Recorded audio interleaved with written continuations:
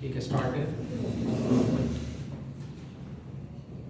जी। Cell cycle है हमारे पास आज न्यू चैप्टर। अच्छा, याद रखिएगा ये चैप्टर बड़ा इंपॉर्टेंट है और इस चैप्टर की जब हम बात करते हैं तो ये चैप्टर हमें ये सिखाता है कि किस तरीके से जो प्रीवियसली एग्जिस्टिंग सेल्स हैं, पहले से मौजूद सेल्स हैं, उनसे जब नए सेल्स आते हैं तो वो फिर कैसे खुद को डिवाइड करते हैं, या आप सिंपल ये कह सकते हैं कि एक सेल कैसे खुद को डिवाइड करता है। तो इसमें कई इवेंट ऑफ सीरीज होते हैं, कई रिएक्शंस कैरी आउट हो रहे होते हैं। सो एक सेल का प्रोड्यूस होना और प्रोड्यूस होने के बाद डिवाइड होना, ये सेल साइकिल। तो सेल साइकिल की जब हम बात करते हैं इसमें दो फेज आते हैं। एक आ जाता है जी इंटरफेस, ये याद रखिएगा, ये लॉन्ग फेज होता है, लेंथी फेज। यानी अगर आप कहें ह्यूमन में इसका ड्यूरेशन होता है 23.5 और, ठीक है, ये बड़ा है कंपेयर टू 1 डे। और दूसरा माइटोटिक फेज है जिसमें माइटोसिस एंड मियोसिस आ जाती है।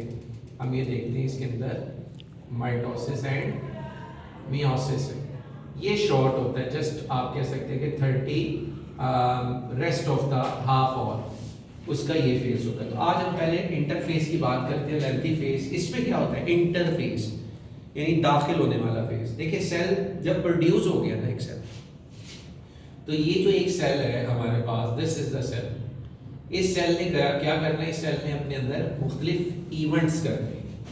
इस इवेंट्स में ये सेल अपने साइज को बड़ा करेगा, ये सेल जो है वो अपने अंदर प्रोटीन ऑर्गेनेल्स को तैयार करेगा, ठीक है, अपने अंदर प्रोटीन्स के साथ एंजाइम्स को कैरी आउट करेगा। तो हम देखते हैं कि इंटरफेस में सेल अपने साइज को बड़ा करते हैं। इंटरफेस के अंदर सेल अपने ऑर्गेनेल्स की तादाद बढ़ाते हैं, जैसे माइटोकॉन्ड्रिया बढ़ते हैं, राइबोसोम बढ़ते हैं, प्रोटीन्स बढ़ते हैं, एटसेट्रा। सो तो ये बड़ा कॉम्प्लिकेटेड फेज है। इसके अंदर आगे फर्दर कितने फेज आ जाते हैं जी, 3 में। पहला G1 होता है गैप 1 फेज। गैप 1 फेज में क्या होता है, ये बिल्कुल शुरू में होता है, इसमें प्रोटीन बढ़ेगी। सेल अपने अंदर क्या इंक्रीज करते हैं जी, प्रोटीन की सप्लाई बढ़ाते हैं, क्योंकि प्रोटीन ही तो मेन है ना जिससे उन्होंने अपने स्ट्रक्चर्स को डेवलप करना है। सेल ने अपने अंदर के स्ट्रक्चर को डेवलप करना है। फिर सेल अपने ऑर्गेनेल्स, देखिए ऑर्गेनेल्स वो है जो सेल के अंदर वर्कर है, जैसे माइटोकॉन्ड्रिया, राइबोसोम्स वगैरह।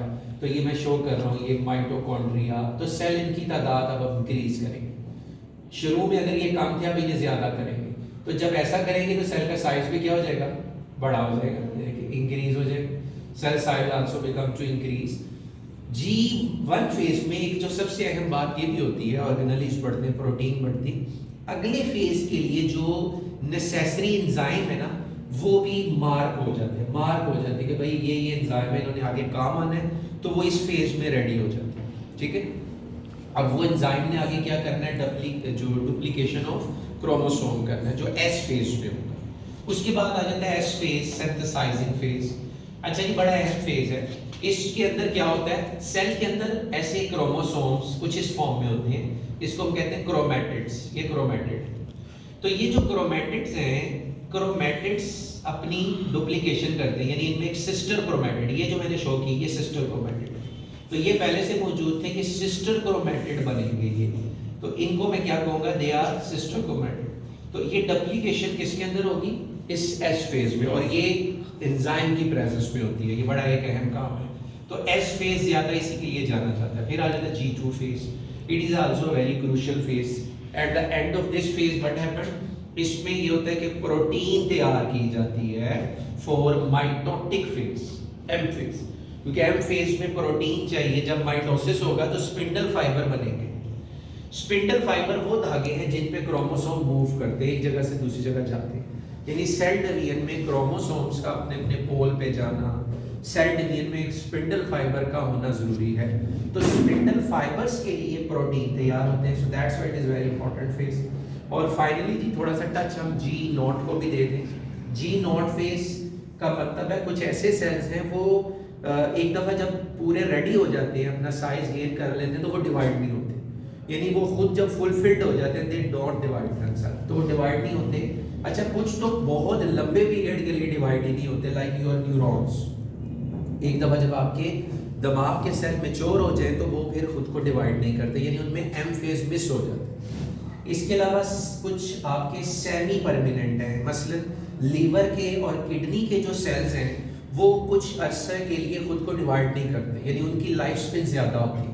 वो एक दफ़ा जब मेच्योर हो जाते हैं, अपना साइज गेन कर लेते हैं, then they don't divided themselves. और कुछ सेल में तो जी नॉट आता ही नहीं, यानी उनमें तो कंटिन्यू क्या रहती है, डिवीजन रहती है।